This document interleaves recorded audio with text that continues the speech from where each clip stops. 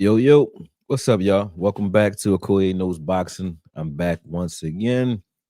Um, I'll give you guys some time to join up. And I feel a little better. Last time y'all talked to me, I think I was under the weather, but I was still jumping on, man. I still have fun with it. Today we ain't gonna be too long, but I want to talk about a couple of upcoming fights. I also want to discuss the impact of Turkey Alalshikh. I always mess his name up. I call him Alakash. You know how I am with names, man. But he said, "Happy Thursday, hello everyone. What's up, Daniel Barry Sports Highlights? How you, Brody?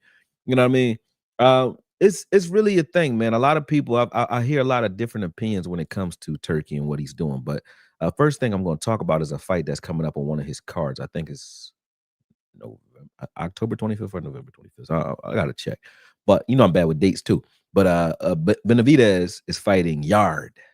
Yard or Yardy. Yardy is a bona fide uh, uh, light heavyweight. I think that's going to be a fight that is going to tell me what Benavidez is at the light heavyweight division, because I get a lot of criticism for my take on Benavidez's power not carrying up to light heavy after watching how he fought Gavazic. But there was a reason I said that, because Gavazic is traditionally a boxer puncher. He's not even really a puncher. He's just a boxer, right?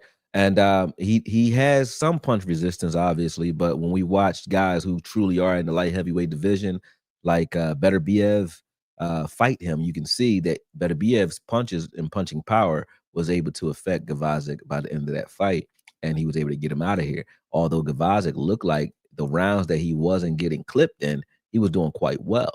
Well, with Benavidez, he didn't really. Gavazic did okay, but he didn't really win any rounds. Benavidez hit him probably a lot more, I'd say, with anything he wanted to than Beterbiev did. And obviously, we know Benavidez doesn't have Beterbiev power at light heavy, but he does at 68. He does at 60. You don't want to get hit by Benavidez.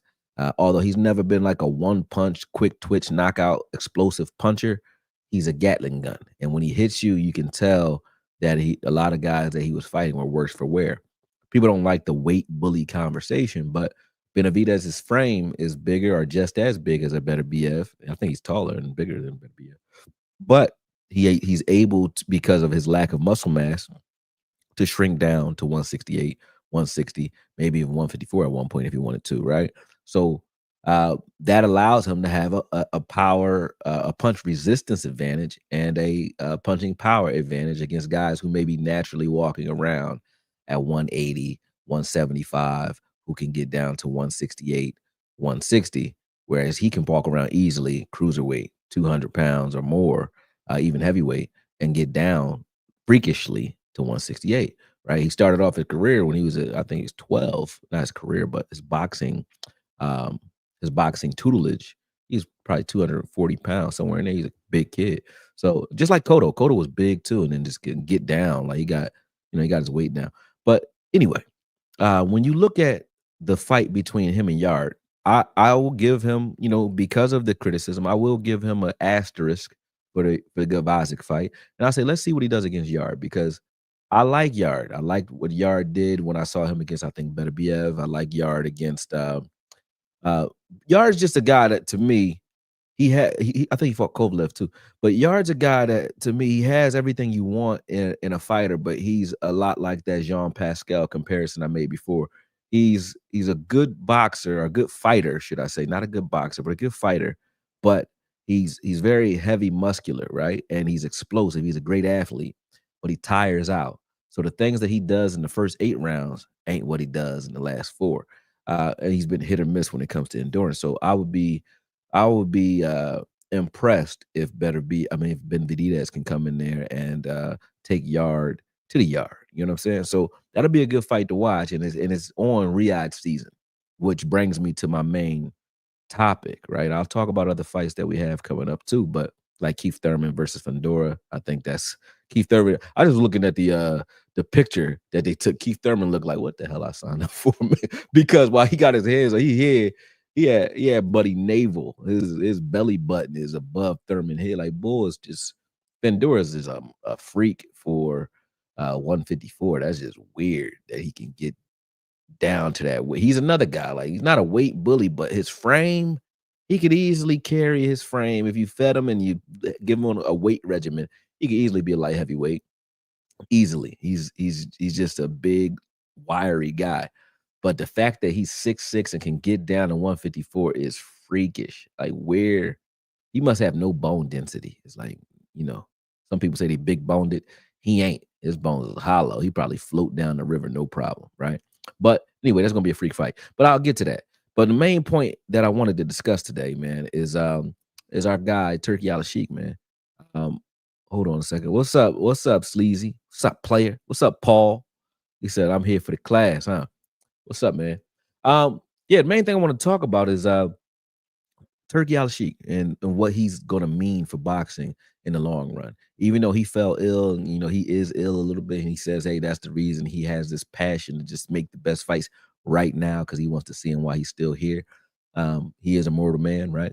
But long after he's gone, I think the impact that he's having on boxing is creating a trend that's gonna carry long after he's gone. So his legacy, I think, will be here long after all of us are gone, just like I think Emmanuel Stewart's is today as well, that Crunk legacy, right?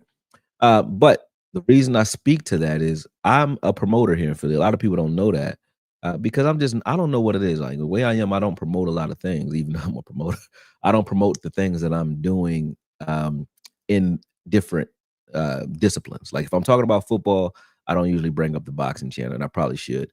I actually have a YouTube channel for football called Okoye Media. People can watch that if you're interested in football analysis and breakdowns. But while I'm on that channel, I don't talk about boxing. And when I'm on off of both, I'm on Twitter talking about something else, but I don't talk about the fights that I'm promoting. People in Philadelphia know, but they don't. People in Philadelphia don't know I do these things. Get what I'm saying? So just very strange that way. I don't know why, but I need to start cross promoting everything that I do for sure. But here we go.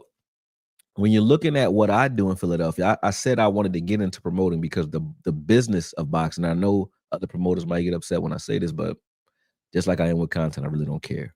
Right? The business of boxing in Philadelphia was broken. There's a lot of people a lot of promoters who are using tickets to sell the fights, meaning they will give their fighters tickets to sell, and that's how they sell at the show. Meaning their show is only as good as the fighters who sell the tickets manually in Philadelphia. I'm talking about club promoters, hand to hand, selling tickets. Meaning I might give one fighter 50 tickets and that's his contract. He gets paid off of the tickets that he sells manually and vice versa with other fighters, right? So when you're doing it that way, if you come across a fighter who is a high ticket seller, right, as a promoter, it turns you into a gatekeeper by accident because this is capitalism. If you have a guy who's a ticket seller, you don't necessarily want to see him leave and go to the next level and grow beyond you because you need him to put asses in seats for you. So you either going to create contracts that tie him down so much that he can't make the fights that he wanted to make because other managers or advisors can't deal with him because you have 30% of his career in your hands, right? You have that, right? And then you have, hey, I don't necessarily want you to grow because if you grow, now I got to replace you with another fighter who may or may not be able to do what you do, right? That creates an automatic logjam when it comes to scalability for business. And me, and the way I looked at the game, thanks to my trainer, Sharav, who passed away. Timothy Tyler is his real name, but his Muslim name Sharav, right? He taught me that. Like he was a manager for a while, managed guys back in the day like Bobby Boogaloo Watts, the late Jimmy Young who Jimmy Young is the guy who retired George Foreman. Bobby Watts beat Marvin Hagler. So these are the types of guys that my trainer trained and managed, right? So my boxing know-how definitely comes from both him and in my family who grew up fighting. But I say all that to say we always talked about the way the business works here in Philadelphia and in boxing in general. When you have promoters who have to tie their success to their blue chip prospects that are coming through the ranks through them, you create a wall automatically because the promotion is done through the fighter's ability to sell. If you take that word promoter and you actually use it and wear the title as it's supposed to be worn, meaning you are the draw, not the fighter, meaning you're actually marketing, You're doing things that make people want to watch your product rather than the fighter themselves. It creates a whole different atmosphere because if people are showing up because I'm doing my job as a promoter and not because you're the fighter on the marquee, then guess what?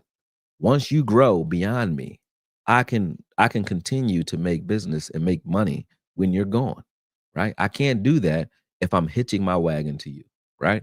Can't do it. But we saw that in Philadelphia. And I say that to bring you to the grand or the macro view of this, which is on a global scale, which is what Turkey Alalshikh is doing. It's funny that he comes along at a time when I come along promoting, right? Because he's doing the same thing with Riyadh season and Vegas. He fights, he promotes in other places, but he's doing the same thing. Meaning he's creating spectacles that people want to watch because of the brand that he's creating, not just because of the fighters, right? He's not using the fighters to sell. He's using the spectacle. He's obviously using the fighters to create a brand. Yes.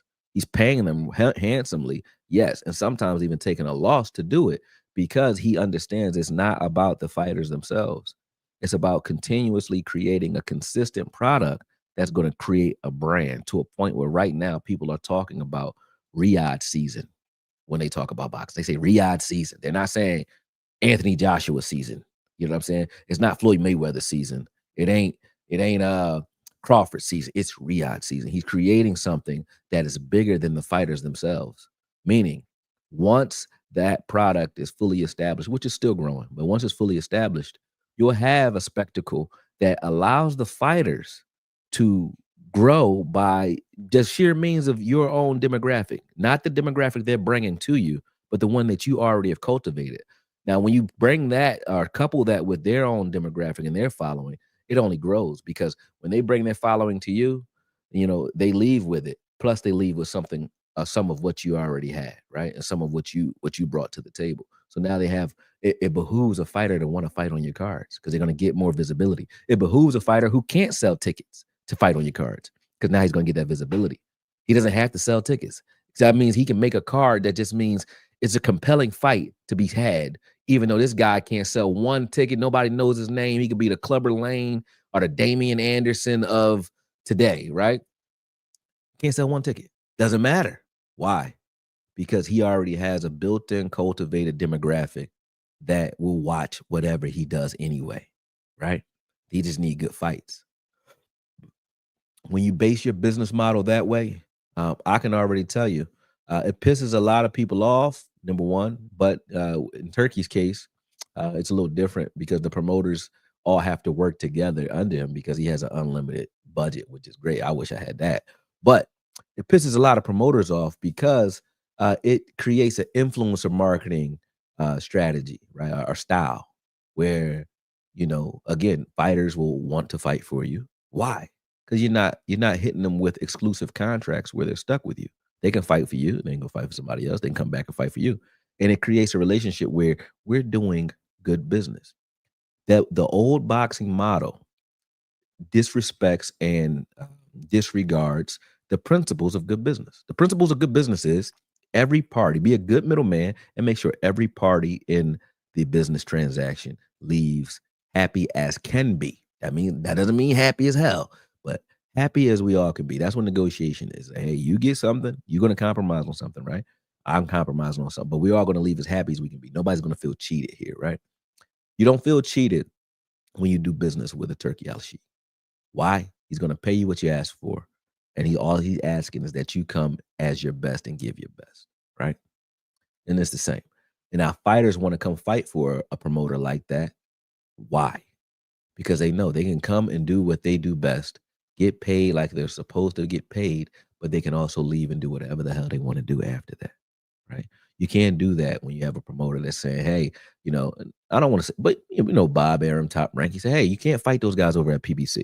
Guys over at PBC and say, hey, you can't fight those guys over at Golden Boy. Guys over at Golden Boy say, hey, you can't fight those guys over at Matchroom because we don't get along and we're not going to make enough money and we're going to fight about who gets the lion's share, who's the A side, who gets the. You have all these cold wars that go on in boxing, and that hurts the fan and it hurts the product because people who've been begging to watch certain fighters, they had to wait. They have to wait 5-10 years, not just because the promoters don't like each other, but they have to wait 5-10 years because the promoters have to wait for both of those fighters to become a real draw so that they actually can make the money that they have to put out to pay the fighters. Because if you don't understand the business is, a fighter has a purse that's bidded on, right? Meaning promoters can say, hey, they can go to a bank, they can go to a governing body, they can go to a city, they can go to a municipal, they can go to anybody who has the money, right? And say, hey, we can bid this out. Who wants to pay or invest in these fighters? I think of you think of the Thriller Manila. Don King went to the president in Zaire. I think it was Zaire, right? Don't quote me because I don't really remember. But I know he went to the pres. I think it's Zaire, right? And he asked him to put up the money for the fight, right? Meaning, can you pay George Foreman and can you pay Ali what they're asking for? And we'll throw the fight here and give you a lot of publicity. You get a lot of tourism, you get a lot of things out of it. Boom. That's what people generally do. Well, if they're doing that and you're not a draw, that's a hell of a ask, right? It's not when you have a situation where, again, you're creating a spectacle where there's an automatic ploy for the fight, and then you have a promoter in Turk who has an unlimited budget, right? That style of promoting is going to change boxing forever because it's treating boxing as a real business and not as a shyster, undercutting BS spectacle, and that's what it was business wise. The business product was a mirror. The product in the ring was a mirror of the underlying business practices. There was a lot of shade going on. Even factions like HBO, Showtime. You don't want certain fighters to win. Why?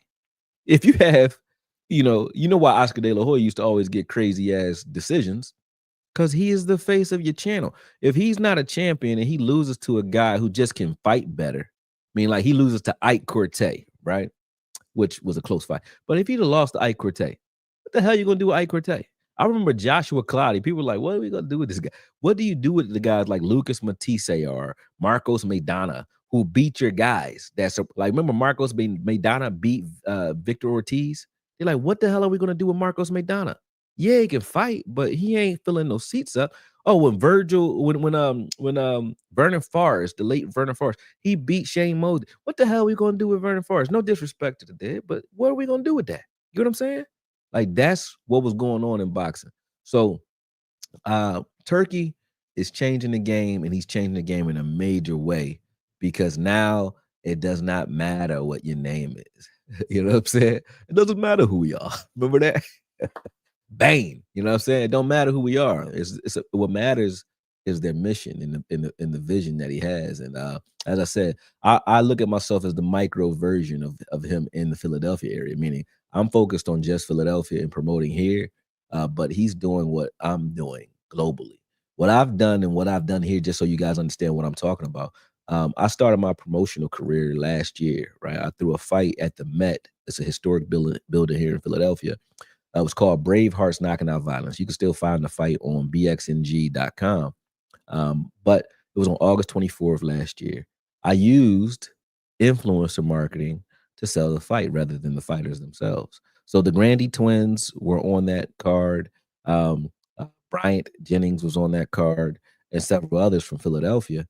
But I didn't need the fighters to sell the fight because I used Gillian Wallow. I partnered with them in order to use their influence and their marketing ability to put asses in seats and to sell streams, right? That took all the pressure off the fighters having to sell tickets. Now, one fighter had to sell tickets. Some of them requested to sell them because they wanted extra money. That's fine with me. You want to sweeten up your purse by selling some tickets? I'll give them to you. Cool. But it wasn't mandatory for my bottom line. And that business model is very similar to what Turki Alalshikh is doing, meaning we're taking it out of the hands of the fighters and making it so that we'll build a brand. You just come and fight, right? So I love it. I love it, and I think long after he's gone and I'm gone, this business model will be what revives boxing because it gives you a chance to showcase your ability. It gives the guy who's a no name a chance right now, not tomorrow, not after he knocks out a money guy, but today he can fight right now. He can make money as long as you can really fight. As long as you want to fight, you can fight, and you're a spectacle. We're going to give you the views and the eyes that you need, even if you don't know nobody. All right, that's the way it goes. So I'm excited to see what he does. I'm gonna move on to another topic, right? Because I just was talking about it. Keith Thurman versus Fundora, man. Thurman, I think at this point in the game, I know he's coming back, trying to get himself back in the flow of things, right? But this is a tough ask, in my opinion, for Thurman, man. I think Thurman might have bit off more than he can chew, pause. But really, Fundora's a guy that you have to. I think you have to be special to beat Fundora, and that's not a hate on Thurman. I just don't think Thurman is it when it comes to his ability or his style. You know, he's a good jab, good right hand, but fights with his chin up just a little bit. One thing I will say that Fundora has, I mean, Thurman has to his advantage, should I say, is Thurman really doesn't get hit to the head all that much. The body shots that I've seen hurt Thurman in the past, right? So Fandora's 6'6". I don't think he's gonna throw a lot of shots to the body, even though he throws all over the place, but I don't think he's gonna throw a lot of body shots. It's not gonna be a heavy body attack. So from in that regard, I think Thurman has a shot there. But I think guys that are I'm fighting Fandora, even if you're a guy like Thurman who generally, is the taller or he's not a short guy, so he's not used to fighting like a short guy. And you find this problem with guys who fight longer fighters. If you have a style where your style is a boxing style, like Thurman's a stand up and down boxer, right? He doesn't have a style where he's a crouch fighter, he's a pressure fighter. And in order to beat Fandora, you're not going to beat him off your back foot, obviously. He can hit you while you're chilling, right? He has good length and he's a pressure fighter for a tall guy, which is crazy. So he's like Benavidez, right? So in order to beat him, you need to be in I think in fighting crouch position. You need to be taking the fight to him. And I don't know if Thurman can change his stripes for this fight in order to take the fight to Fandora in a way that neutralizes his length and neutralizes his activity. So uh, this is going to be a tall ask, but I'm interested to watch the fight. I'm glad he signed the contract. But like I said, when he took that picture for the fight, I said he looked like deer in the headlights. Like, what the hell did I just do? So it's gonna be fun to see, man. It's gonna be fun to see. We also got Virgil Ortiz versus Lubin, and I think that's gonna be a good fight. Lubin fought Fendor, and Lubin was trying his ass off, man. Lubin he was game as they come, but Fendor just broke his face. He messed his face up, and I don't think he's been right since. So Ortiz, it's a good fight for Ortiz because Lubin is a good name. He's a good fighter, but I think he's a little damaged still. I don't know how good he is still, right? And I don't like to say that about guys because, you know, obviously I respect the craft and I respect what they're able to do. I respect them. I got a gnat fly in front of my face. I respect them, but uh, he did take a lot of damage in that Fundora fight for sure, right? So Virgil Ortiz being a high octane offensive pressure fighter, I think he's going to look to damage Lubin early and hope that he can wear him down in the later rounds and get him out of here, right?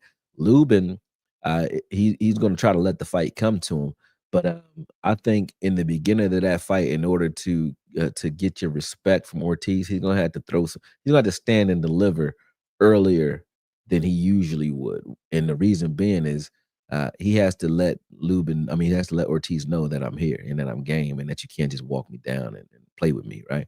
So it could be over early if he gets caught in an exchange while Ortiz is still fresh or vice versa, right? It could be over early for either one of those guys because they both have good pop. But what I'm thinking is that the fight will start off high flying and high octane, and then it'll settle in somewhere around the fourth round. And as long as Lubin's not damaged in those first four rounds too severely, I think it'll become a chess match after that. And then you'll see, if he's not worn down, I think it'll be a good fight. If he gets clipped early in those exchanges, then I think it's over in about 7 or 8 Ortiz. That's what I'm thinking. So it really is. It's not a 50-50 fight. I think it's more like 60-40 Ortiz. But it just depends on how the cards are laid out in the first four rounds. Meaning, if he establishes himself, I don't think he can run. I don't think Lubin should run or try to take angles or just try to be a pure boxer early because Ortiz, his work ethic is there. He's not going to get tired. The only way to get Ortiz to calm down is to hurt him. You got to hit him. And if he's not, if Lubin's not doing that early, Ortiz will overwhelm him in about 8 rounds, I think. You know what I mean? So it's gonna be a good fight to watch. It's gonna be something that I think we can all, sink our teeth into. But I think that's how that fight will go. But I think it's over in, 8 if it doesn't go well in the first 4 rounds for Lubin. I think it'll be over in about 8 rounds, man. Other than that, he got a lot of heart, so I'm not trying to take him out of the game. Like Lubin has heart and pop. So, it's not just a easy win for Ortiz. This is a great fight for both guys. I think Ortiz is just perfect timing for him to fight a guy like Lubin. I don't think if Lubin doesn't take that Fandora fight a couple years ago, and he hasn't gone through the wars that he's going through. I think he has a much better chance of winning this fight. Right now, I'm looking at, hey, let's see what his heart is. It's just like cornerbacks in football. When they have their confidence, if they haven't been beat for touchdowns yet, and they still got that bravado, you know, you don't know really what they are until they get beat, and then you can see, can they bounce back? Do they have a short memory where they can just come back and act like that didn't happen? And we're gonna find out if Lubin's that guy, or will Ortiz put him in a position where, he starts to, get a little bit of that PTSD and say, hey man, I've been here before, right? I've been in this type of situation before. So you don't want him to lose his gumption or his grit in this fight. And that's what Ortiz is going to come in trying to do. He's going to try to make him remember what it's like to get beat on early, right? And Lubin's job is to let Ortiz know, hey, I'm still a game chicken, man. I ain't going nowhere. It is what it is. So, those are the fights that I think are coming up that are compelling to me, that I'd like to see. I will talk about the pound for pound rankings in the next video. I'll give that some credence. But the main thing I wanted to discuss is what Turkey is doing in the game, and myself as well in Philadelphia. So it's like, I love the business model. I think that it's good for boxing. I love the fact that we get a lot more compelling fights, moving forward because of this. So for me, that's where I'm at. But I appreciate you guys tuning in. I hope this wasn't like too quick. A lot of y'all watching Thursday night football, so I understand that it ain't a bunch of y'all on here this time. Let me see. Paul says, before I go, I want to say, he said it's always been like that here in Philly. You are absolutely correct, Okoye. He said, you need to let me know about your fights. I still have the same cell number, FYI. Yeah, I'll hit you up, Paulie. Paulie used to, me and Paul was my landlord. He lived upstairs from me for a while when I was managing bars and strip clubs during my wild 20 eras, my 20s. So I've known Paul. He's like family, man. I've known Paul for years. He says, I agree with you, but I think Fundora took a little something out of Lubin. Yep. And he's not the same, but I could be wrong. I'm not surprised if I am. I said the same thing. I said, yeah, he went to war. So that's what Ortiz is going to try to remind him of. But you're right about that. But I wanted to make sure I got to you and got to your comments prior to jumping off. But I'm out of here, man. I appreciate y'all for joining up, and I'll talk to y'all next time on Okoye Knows Boxing.